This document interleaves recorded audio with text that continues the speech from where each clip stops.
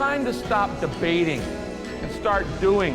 It's time for the church to be known for love, not for legalism, for what we're for, not for what we're against. It's time for the church to be the church.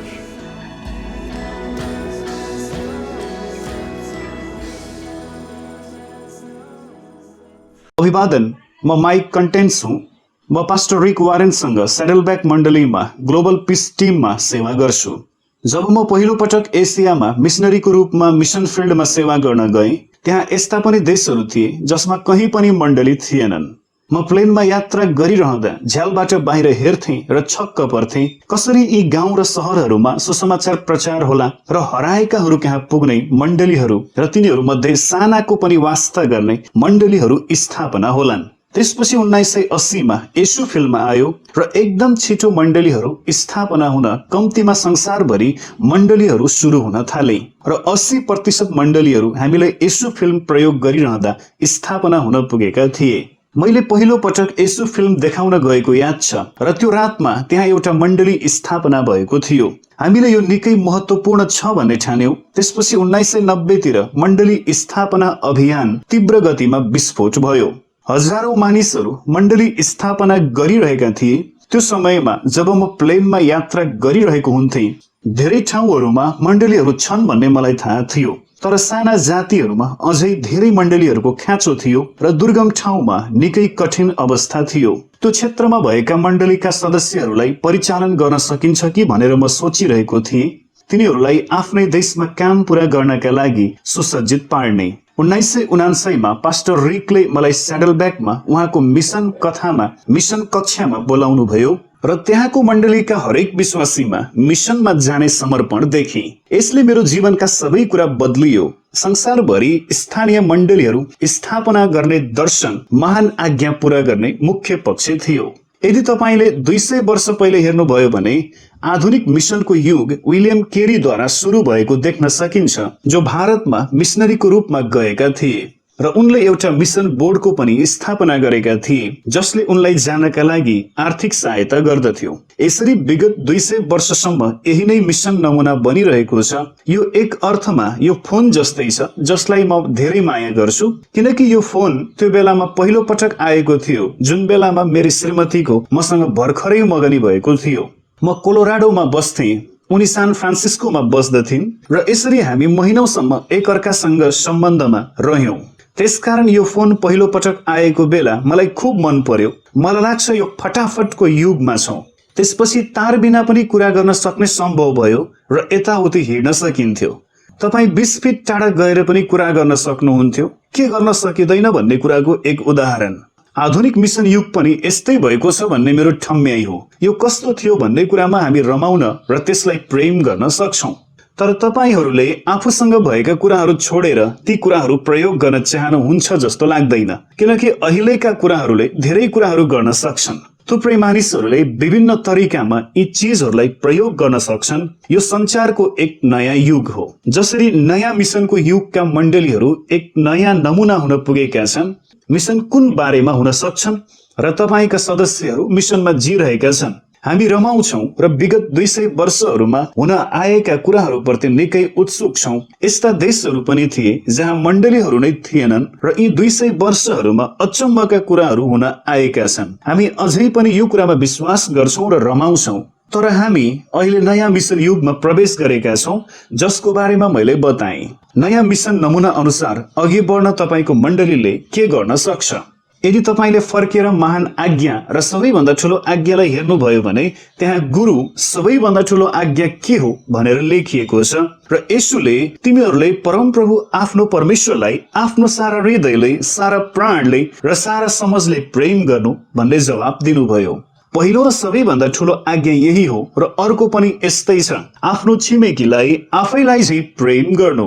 सबै व्यवस्था र अगमवक्ताको सार नै यही दुई आज्ञा हुन्। यी दुई महत्त्वपूर्ण कुराहरू हामीले स्मरण गर्नुपर्छ र त्यसपछि महान आज्ञामा यसो भनिएको छ, तब येशू तिनीहरू कहाँ आउनुभयो र भन्नुभयो, स्वर्ग र पृथ्वीको पूरा अधिकार मलाई दिइएको छ। यसकारण जाओ र सबै देशका जातिहरूलाई चेला बनाऊ, तिनीहरूलाई पिता, पुत्र र पवित्र आत्माको नाउँमा बप्तिस्मा देऊ र मैले तिमीहरूलाई आज्ञा दिएका सबै कुराहरू पालन गर्न तिनीहरूलाई सिकाऊ र हेर म युगको अन्त्यसम्म सधैँ तिमीहरूको साथमा छु। महान आज्ञालाई हरेक ठाउँमा पालन गरिँदैछ। यी महान आज्ञा र सबैभन्दा ठूलो आज्ञा हरेक विश्वासी, हरेक मण्डली र हरेक देशलाई दिइएको हो। तपाईँ यो काम आफ्नो मण्डलीद्वारा कसरी गर्न सक्नुहुन्छ भन्ने कुरा हामी देखाउनेछौँ।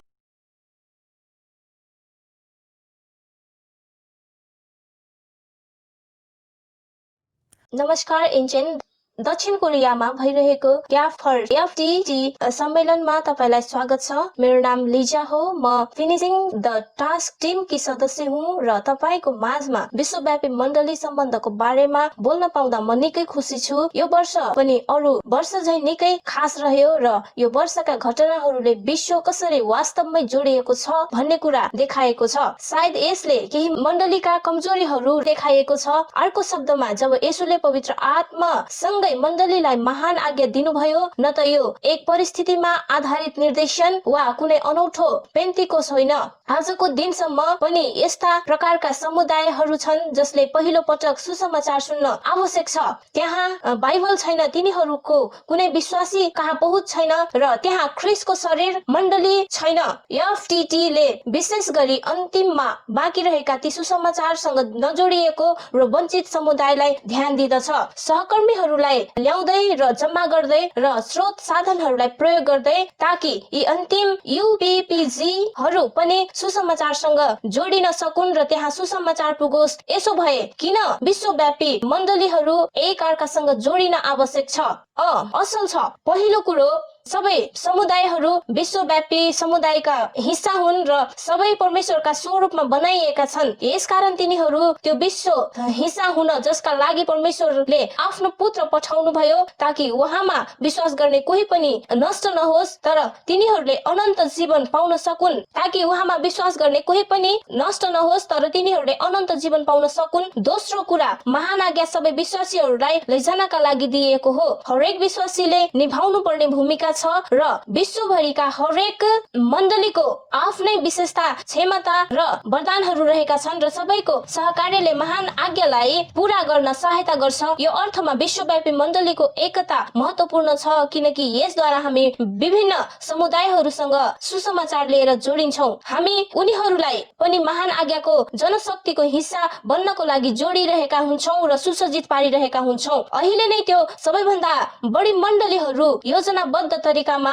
एक साथ उभिनु आवश्यक छ। महान आज्ञाको कामलाई अझ गति दिनको लागि अवश्य पनि यहाँ पद्धति, सांस्कृतिक मतभिन्नताहरू, प्रतिस्पर्धात्मक विश्व दृष्टिकोण र सम्भावित भाषिक अनुरोधका चुनौतीहरू रहेका छन्। इमानदारीपूर्वक भन्दा इगोज अर्थात् अहंकार र लागोज दुई तरिका नै काम गर्दछन्। तथापि हामीलाई थाहा छ कि जब परमेश्वरका जनहरू प्रार्थना गर्दछन् तब त्यहाँ एकता हुन सक्छ र सहकार्यको खाँचो सुरुवात हुन सक्छ। सुरु गर्दा गर्दै म तपाईहरूलाई के सल्लाह दिन चाहन्छु भने विश्वमा मण्डलीको माझमा यो एक शक्तिशाली कुराहरू रोक्ने कुरा भनेको वास्तवमा हृदयको कुरो हो। अर्को शब्दमा भन्नुपर्दा उत्प्रेरणा हो। हामी सुसमाचारका खातिर विश्वव्यापी मण्डलीहरू एकतामा आएको कतिको चाहन्छौँ र सुसमाचारका लागि हामी कतिको त्याग गर्न तयार छौँ त। 1979 मा स्याडलब्यागमा रहनु हुने ग्लोबल शान्ति योजनाका पास्टर माइक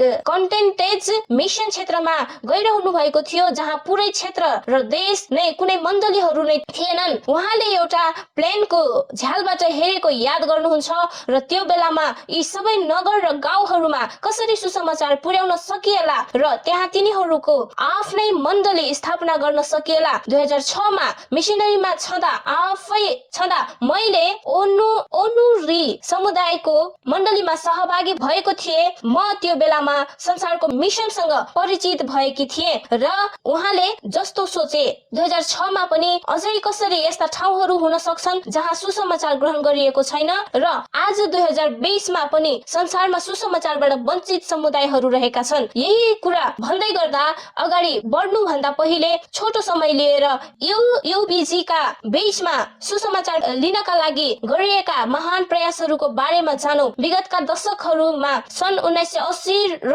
1990 येशूको फिल्म बनाइयो र यसका कारण मण्डली स्थापना अभियानहरूमा ठूलो विस्फोटन भएको थियो र सन् 2000 मा टेबल नम्बर 71 ले बाँकी UUPG-हरूको माझमा पुग्ने समर्पण देखाए।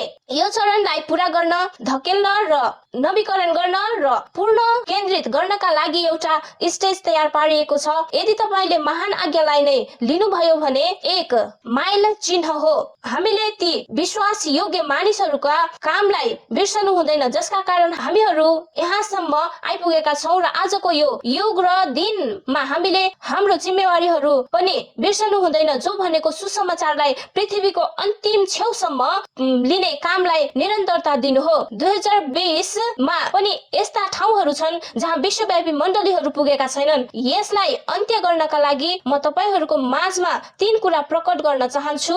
1. वर्तमान जोडिन FTT UUPG पुगेकाहरूको सूची। 2.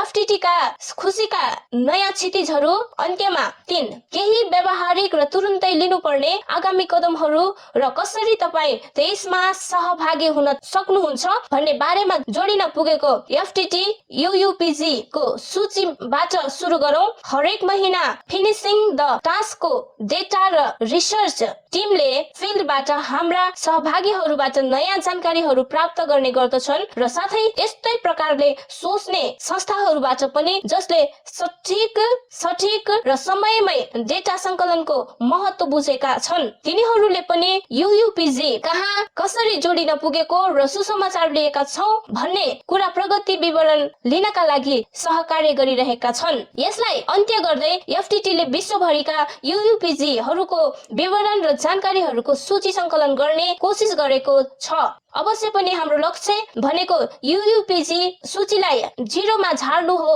FTT ले यो जानकारी निशुल्क उपलब्ध गराउँछ ताकि हरेक ठाउँमा विश्वासीहरू के कति प्रगति भयो भन्ने कुरा प्रति जानकार रहन सकुन् र महान आज्ञा पूरा गर्न बाँकी कामलाई कसरी गति दिन सकिन्छ भन्ने कुरा सोच्न सकुन्। अर्को तरिकामा बुझ्दा यस्ता विवरण र जानकारीहरूले अहिले कहाँ मण्डली छन् र कहाँ छैनन् भन्ने कुरा पहिचान गर्न सहायता गर्छ।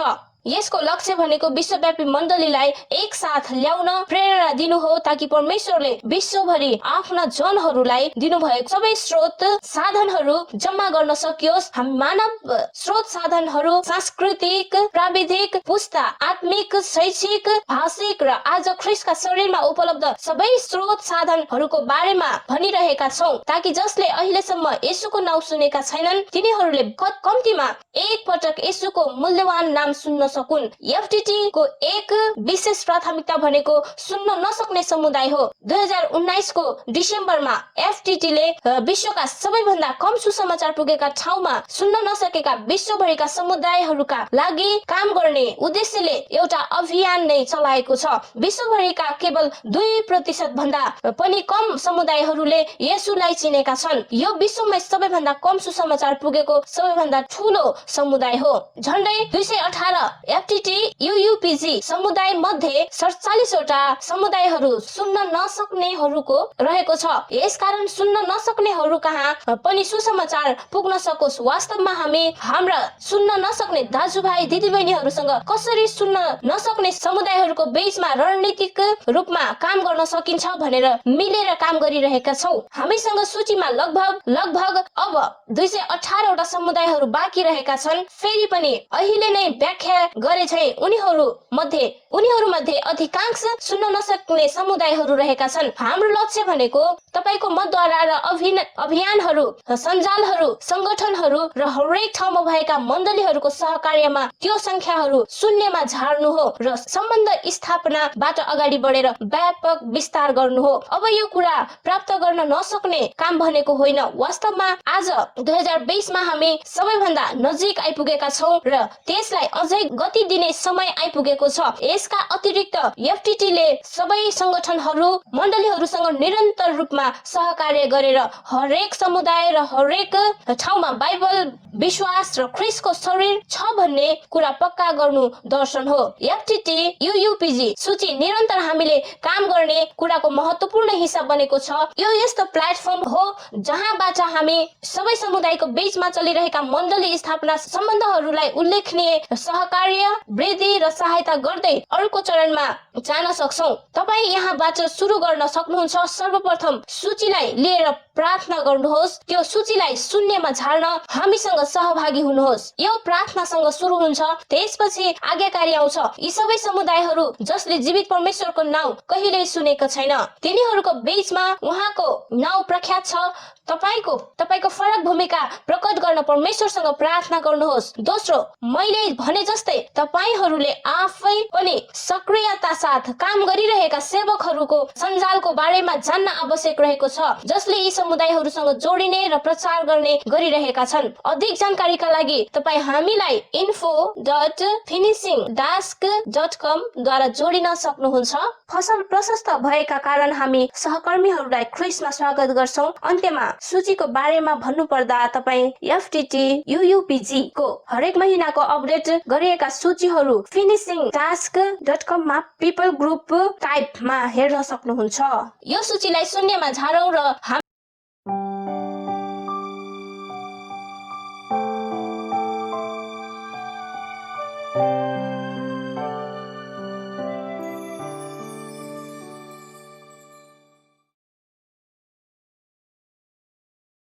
हामी अहिलेका एफटीटी संख्यामा शून्यमा झार्नका लागि परेका छौं। क्षितिजमा के छ?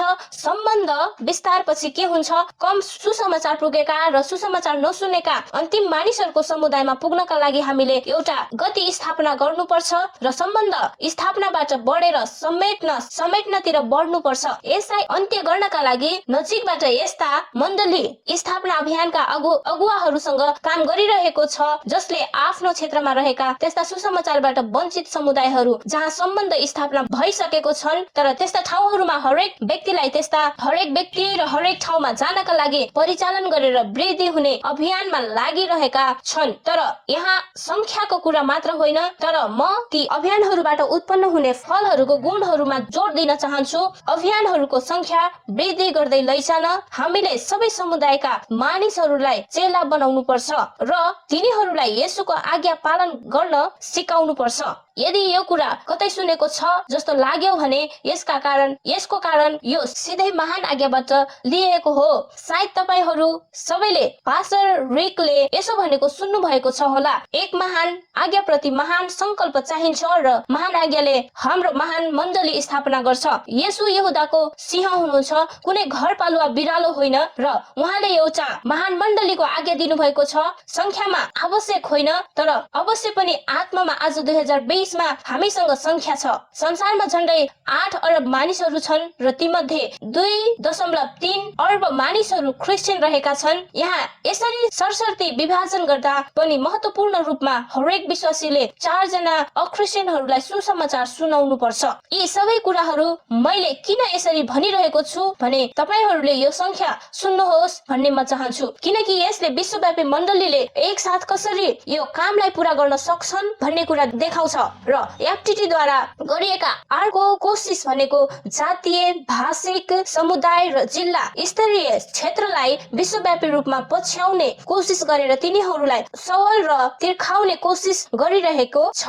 डेटा र रिसर्च समूहहरूले बातचित र सहकार्यको कामलाई निरन्तरता दिँदै हामी यस्तो पोइन्टमा आउन चाहन्छौँ जहाँ हामी राष्ट्रिय र स्थानीय स्तरमा मानिसहरूका साना हिस्साहरू र ठाउँहरूमा नगर तहरी समुदायहरूमा तिनका वास्तविक अभिलेख उपलब्ध गराउने कोसिसमा छौं। समय र आर्थिक स्रोतको साधनहरू समेत हरेक कुरामा प्रभावित एक विशेष रणनीति भनेको अमेरिका र कोरिया जस्ता सुसमाचार पुगेका क्षेत्रका स्थानीय मण्डलीहरू जो यूयूपीजी र त्यस्ता समुदायहरूको नजिक जसलाई बढी सुसमाचारको खाँचो वा सुसमाचारी विस्तार र मण्डली स्थापनाको खाँचो छ, त्यसका नजिक भएका स्थानीय मण्डलीहरू मण्डलीहरूसँग सहकार्य गर्नुपर्छ। उदाहरणका लागि कोरियाको एउटा मण्डलीले इन्डोनेसियाको मण्डलीहरूसँग त्यो क्षेत्रमा भएका सबै युयुपिजीहरूसँग सुसमाचार पुर्याउन सहकार्य गर्न सक्छ। यो अर्थमा त्यो कोरियाली मण्डलीले मिसनरीहरू आर्थिक सहायता गर्ने संगठनहरू पठाएर गजबको काम गरेको हुन्छ। यो भन्दा बढ्ता काम पनि कोरियाका मण्डलीहरूले पनि गर्न सक्छन्। उदाहरणका लागि देशभरिका मण्डलीहरूलाई कसरी उनीहरूको आफ्नै समुदाय र उनीहरूको नजिकका सुसमाचार नपुगेका मानिस र ठाउँमा सुसमाचार पुर्याउने भन्ने तालिम दिनु। अर्को शब्दमा भन्दा हामीले स्थानीय अगुवाहरूलाई तालिम मात्र दियौं भने उनीहरूले हामी भन्दा बढी राम्रो काम गर्न सक्छन्। छोटकरीमा भन्दा उनीहरू स्थानीय हुन् र हामी होइनौं। त्यसै बेलामा हामी उनीहरूलाई चाहिने बाह्य सहायता, मद्दत र स्रोत साधनहरू जुटाउन सक्छौं। सबैभन्दा कम र अन्तिम हरेक जाति, समूह र भाषाहरूको बीचमा सुसमाचारबाट वञ्चितहरू कहाँ पुग्नका लागि हामी साना ठूला सबै सम्प्रदायहरूसँग विश्वभरिका मण्डलीहरूसँग सहकार्य गर्न इच्छुक छौं। यसको अन्त्यमा म तपाईहरूलाई विश्वव्यापी मण्डलीको एकताका लागि आवश्यक अर्को व्यावहारिक र तुरुन्त लिइने आवश्यक कदमको बारेमा भन्न चाहन्छु। फिनिशिङ द टास्कको अर्को चरणमा परमेश्वरले पहिले नै रणनीतिक सहकार्यका लागि परमेश्वरले विश्वव्यापी अगुवाहरूको हृदयलाई तयार पार्न थाल्नु भएको छ। विशेष गरी एफटीटी का अगुवाहरूले विश्वासलाई रणनीतिक रूपमा विभिन्न भागहरूमा विभाजन गर्नका लागि मण्डली स्थापना अभियानका अगुवा र सञ्जालहरूसँग सहकार्य गरिरहेका छन्। त्यो क्षेत्रका देशहरू तिनीहरूका अगुवा र सञ्जालहरूलाई पूर्णतः सशक्तिकरण गरिनेछ र राष्ट्रिय र स्थानीय स्तरमा सबै प्रकारका मण्डलीहरू स्थापना गरेर मण्डली स्थापनाको भूमिका निभाउन मानिसहरूको बीचमा सुसमाचार पुर्याउनका लागि सहायता गरिनेछ। एफटीटी यस्तो मञ्च हो जहाँ क्षेत्रीय, राष्ट्रिय र स्थानीय अगुवाहरू रणनीति बनाउनका लागि सहकार्य गर्न सक्छन् र तिनीहरूको आफ्नै क्षेत्रमा काम गर्नका लागि परमेश्वरको राज्य विस्तार गर्न एकसाथ आउन सक्छन्। एफटीटी का क्षेत्रीय, राष्ट्रिय र स्थानीय स्तरका अगुवाहरू र सहकर्मीहरू डिसेम्बर 31 तारिक 2025 सम्म हरेक ठाउँमा, हरेक समुदायमा मण्डली स्थापना जोडिने अभियान पुर्याउने लक्ष्यलाई पूरा गर्न महत्त्वपूर्ण छन्। हरेक ठाउँमा, हरेक समुदायमा मण्डली स्थापना जोडिने अभियान पुर्याउने लक्ष्यलाई पूरा गर्न महत्त्वपूर्ण छन्। हाम्रा राष्ट्रिय र स्थानीय सहकर्मीहरू ती व्यक्तिहरू हुन् जसले प्रभावकारी रूपमा उनीहरूको क्षेत्रमा भएका सुसमाचार रहित ठाउँमा पुग्न सक्छन्। यसका अतिरिक्त मण्डलीहरूलाई वृद्धिको नमुनालाई दिमागमा राखेर मात्र सुरु गरिनुपर्छ। केवल स्थापना गरेर वृद्धि गर्ने मात्र होइन, तर फल सहितको वृद्धि गर्नु आवश्यक हुन्छ। आत्मिक स्वास्थ्य पक्का गर्नका लागि हामीले स्वस्थ र बलियो अभियानको लक्ष्य राखिरहेका छौं। यसको मतलब चेला निर्माण र स्थानीय अगुवाहरूलाई परमेश्वरको वचनले सुसज्जित पार्ने तालिम उपलब्ध गराउनुपर्छ र यसको अन्त्यमा एफटीटी समुदायहरूका वर्तमान र उदयमान हृदयमा भाषाहरूमा बाइबल अनुवादको कामलाई तीव्रता दिनलाई समर्पित छ ताकि तिनीहरूको पूरा बाइबलमा पहुँच हुन सकोस्। हामी मण्डलीहरू र संगठनहरूको सहकार्यले त्यस्तो भाषाहरू, मौखिक सञ्चार र सुन्न नसक्ने मानिसहरूको समुदायहरूका लागि बाइबल अनुवादको कामलाई तीव्रता दिन सक्छ भन्ने विश्वास गर्दछ। यसकारण एफटीटीको नयाँ सत्रमा एफटीटीले अहिले सहभागी भइरहेकाहरूका बीचमा सहकार्य गर्ने मञ्च उपलब्ध गराउने लक्ष्य राखेको छ भने हामी हरेक मण्डली, हरेक विश्वासीहरूलाई हरेक ठाउँमा परिचालन गर्नका लागि योजनाबद्ध तरिकामा मण्डलीका अगुवाहरू र तिनीहरूका विश्वासी समुदायसँग सहकार्य गर्न चाहन्छौँ। यो कस्तो हो भन्ने परिकल्पना गर्नुहोस् र यहाँ सपना देख्न आँट गरौँ। हरेक देशको, हरेक मण्डलीको,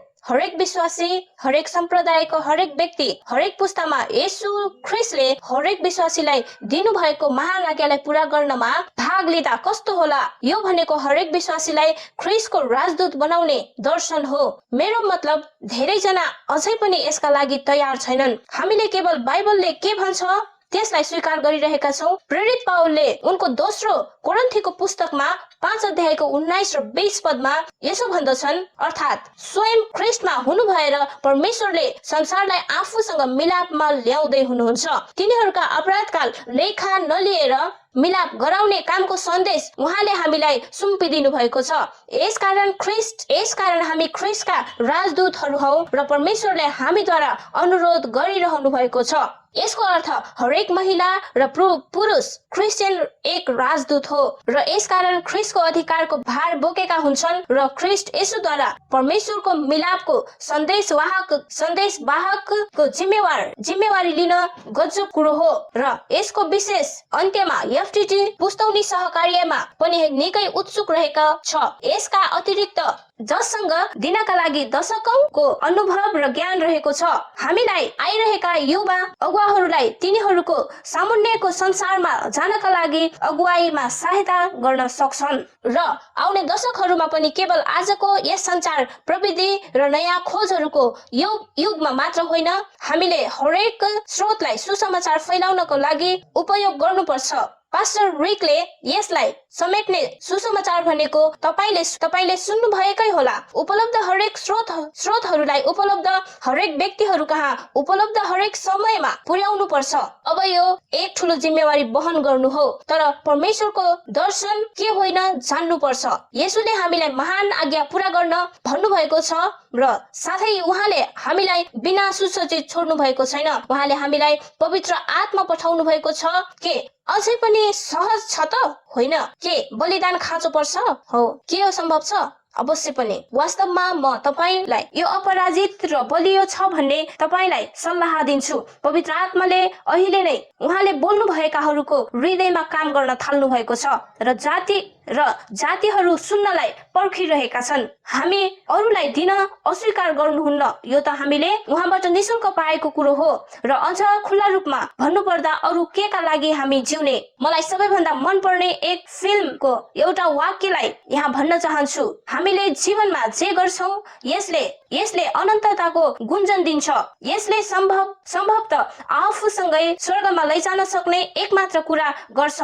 एकमात्र कुरा भनेको अरूको आत्मा हो। यसकारण परमेश्वरले हाम्रो हृदयलाई सधैँभरि रहने कुराका लागि जगाउनु भएको होस्। परमेश्वरको रचनात्मकताले भरिपूर्ण विश्वव्यापी अनेकन मण्डलीहरू महान आज्ञा र सबैभन्दा ठूलो आज्ञाका लागि एक हुनुपर्छ। फेरि पनि हामीले अरूलाई सुसमाचार दिन अस्वीकार गर्नुहुन्न, जो हामी स्वयंले निशुल्क र अनुग्रहबाट पाएका छौं। हाम्रो लक्ष्यलाई सामान्य अर्थमा भन्दा 31 डिसेम्बर 2025 सम्म हरेक समुदाय र हरेक मण्डलीमा हरेक समुदाय र हरेक ठाउँमा मण्डली स्थापना अभियान जोडिन सकोस् भन्ने हो। यसकारण तपाईँ जहाँ भए तापनि हामीसँग सहभागी हुनुहोस् र एफटीटी सँग युयुपीसी हरूको माझमा सुसमाचार छर्नका लागि सहकार्य गर्नुहोस्। तपाईँ यहाँ हुनुहुन्छ र तपाईँ जहाँ सुसमाचार सहित पुग्न सक्नुहुन्छ।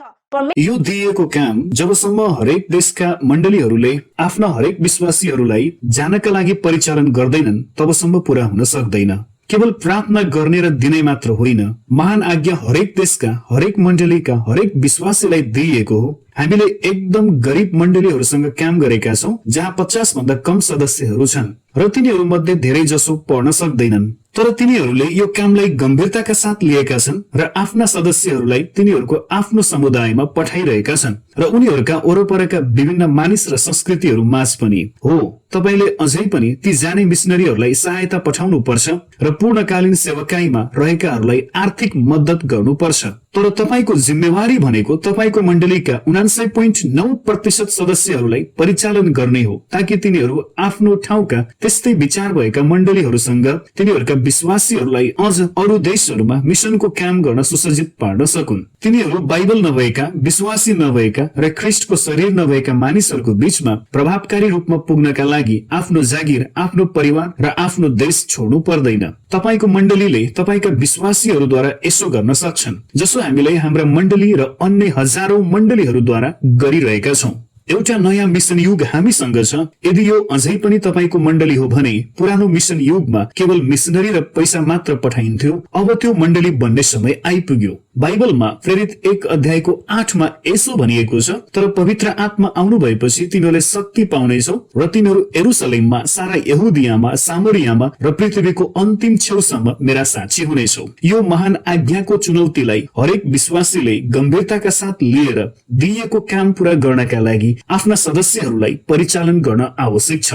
ल अब हामी प्रार्थना गरौँ है त स्वर्गमा हुनुहुने पिता सर्वशक्तिमान परमेश्वर हाम्रो हृदयलाई एक बनाउनुहोस्, हाम्रो काँधहरूलाई चौडा बनाउनुहोस् र हामी सबैको महान आज्ञाका लागि हातमा हात मिलाएर हिँडिरहँदा हामीसँगै हिँड्नुहोस्, हाम्रो हृदयलाई मजबुत पार्नुहोस् र बलियो बनाउनुहोस् भनी हामी बिन्ती गर्छौं। अगाडिका कामका लागि हामीलाई सुसज्जित पार्नुहोस्, हाम्रा कमजोर हातहरूलाई उठाउनुहोस् र हाम्रा दुर्बल घुँडाहरूलाई ताकत दिनुहोस् ताकि हामी अन्तिमसम्म हाम्रो दौडलाई राम्रोसँग दौडिन सकौं। प्रभु र मुक्तिदाता येशू ख्रीष्टको नाउँमा आमेन।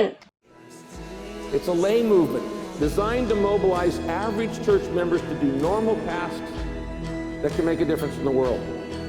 Ordinary people empowered by God, making a difference together wherever they are.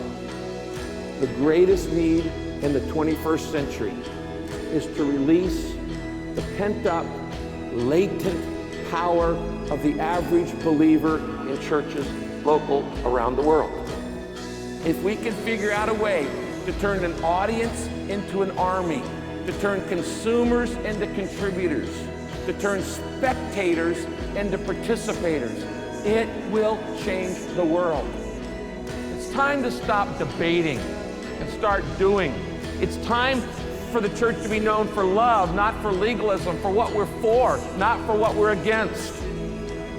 It's time for the church to be the church.